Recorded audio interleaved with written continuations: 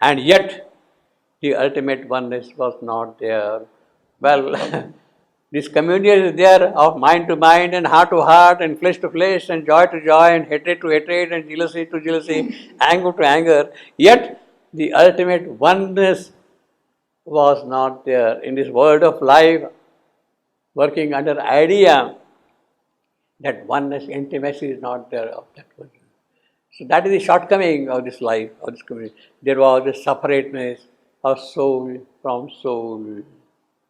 An inner wall of silence could be built. So there is a wall between the two souls. An armor of conscious mind protect and shield. One is protected, the other one is also protected separately, you see. The armor of conscious mind protect and shield. The being could be closed in and solitary. That that oneness is not there. A being could be closed in and solitary. One could remain apart in self, alone. Well, in a certain sense, that is a necessity also.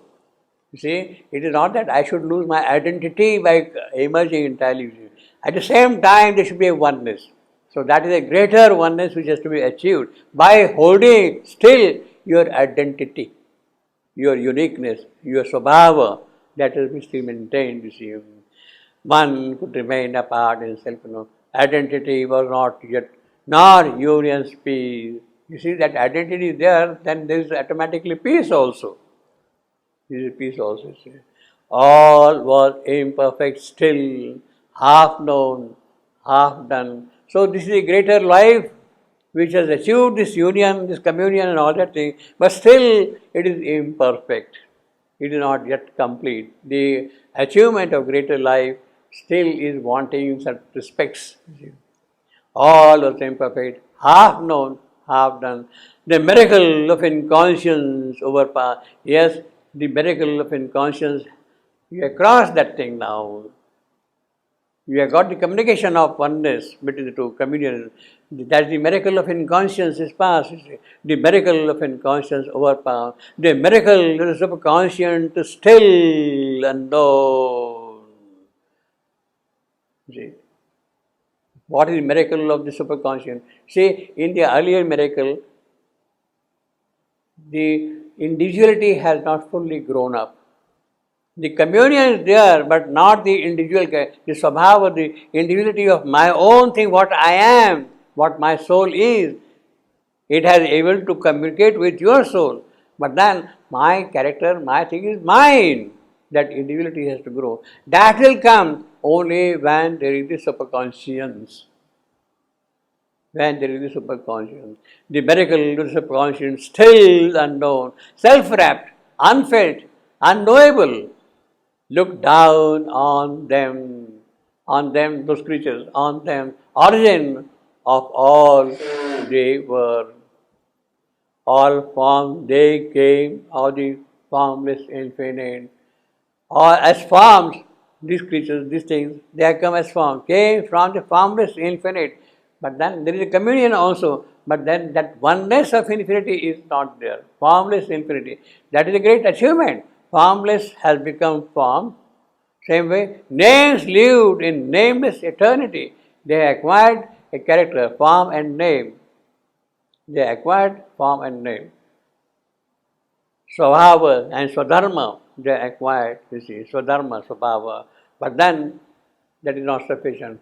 That is only the beginning. The beginning and the end were their occult.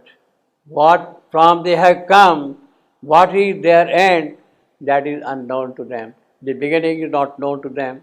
Their end means infinite, a formless infinity, nameless eternity are not yet known to them, you see. The beginning and the end were their occult hidden, kept secret from them, held back from them, you see, completely, you see. The beginning and the end means you don't see your own feet, you don't see your own head. Joining the two ends, you don't see that thing at all. Where from is it? The beginning and the end were there occur, a middle term word unexplained, naturally in between what is happening. The mind is the middle term and it is working abrupt. It is not able to bring that true unity of identity which also brings peace along with it. That is absent, you see. The beginning and the end were there occurring. A middle term word unexplained, abrupt. They were words that spoke to a vast, wordless truth.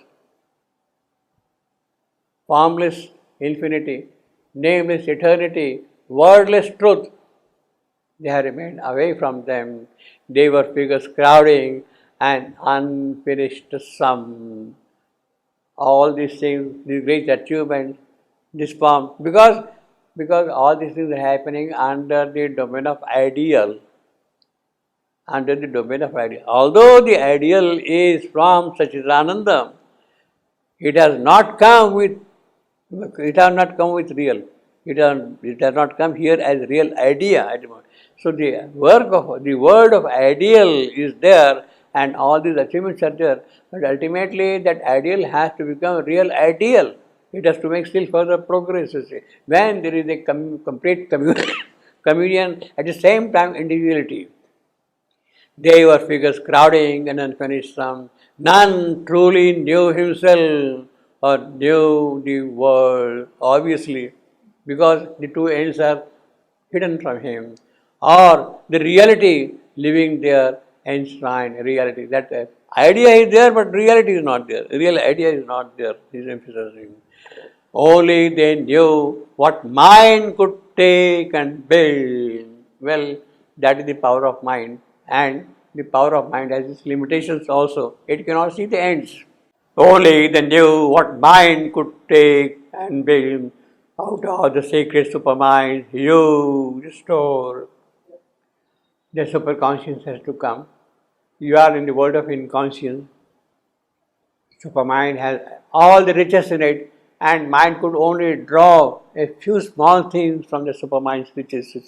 Only they knew what mind could take and build out of the secret supermind's store. So supermind store to some extent is accessible to mind. And on what it has been able to access, it is on that it is building up its own ideas and thoughts and empires like that. But that is incomplete. The full store, full capacity, the full capability of supermind is not present in what mind has gathered from it, from what it has gathered. Out of the secret supermind's huge store, a darkness under them, a bright void above, because the ends are not visible. What is there below is darkness, inconscious. What is above is superconscious. Bright void is a void because you are not able to know it. You don't understand it. It is not recognizable at all to you. Therefore, it is like a shunya, like a void, blank, because you are not able to grasp anything of that. Therefore, it is a void, but it is a bright void. Satchidananda for the mind is a bright void. Yes, it's a great thing, but sorry, I can't really get what it is there, you see. And below, of course, is the darkness, you see. A darkness under them, a bright void above. What the Rishi speaks of that. Of his neither head nor feet are visible. Of his neither head nor his feet are visible to us, you see. We can't see his base, you can't see his top also. See. A darkness under them, a bright void above. Uncertain, they live in a great climbing space. These creatures of greater life, uncertain, they lived in a great climbing space. Obviously, uncertain, because their best tool at a moment is mind. Therefore, that uncertainty. By mystery, they explain the mystery. That is what mind is doing all the while. A riddling answer met the riddle of things. Yeah, really, you say that I understood the chemistry of these atoms and molecules and the reactions and all that thing, but you have not really understood anything. You have kind of made a picture of it for yourself, but what is really happening, that you are not understanding. It's a riddle to us all the while.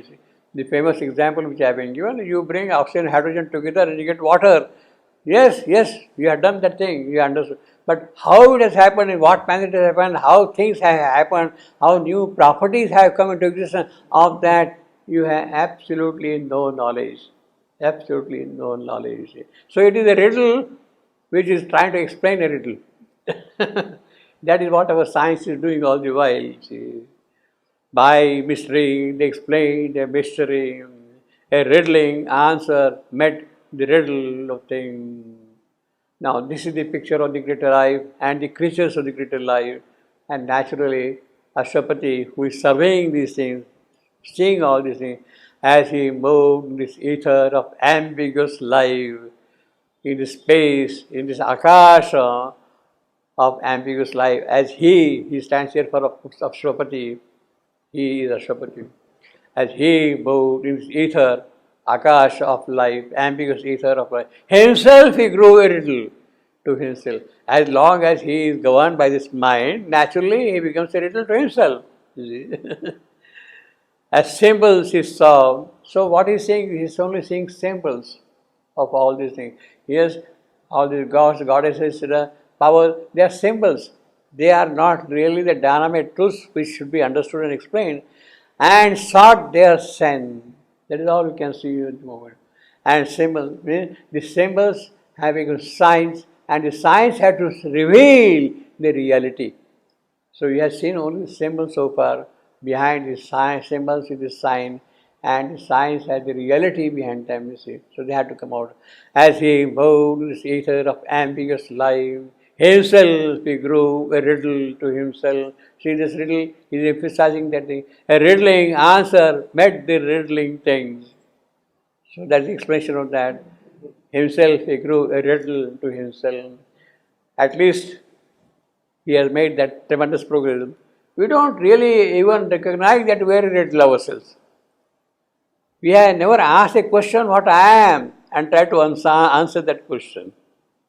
We have not even gone to the stage of seeing that we are a riddle.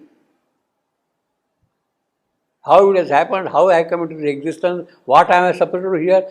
We never go into that thing at all. We never feel the necessity of asking that kind of question to us.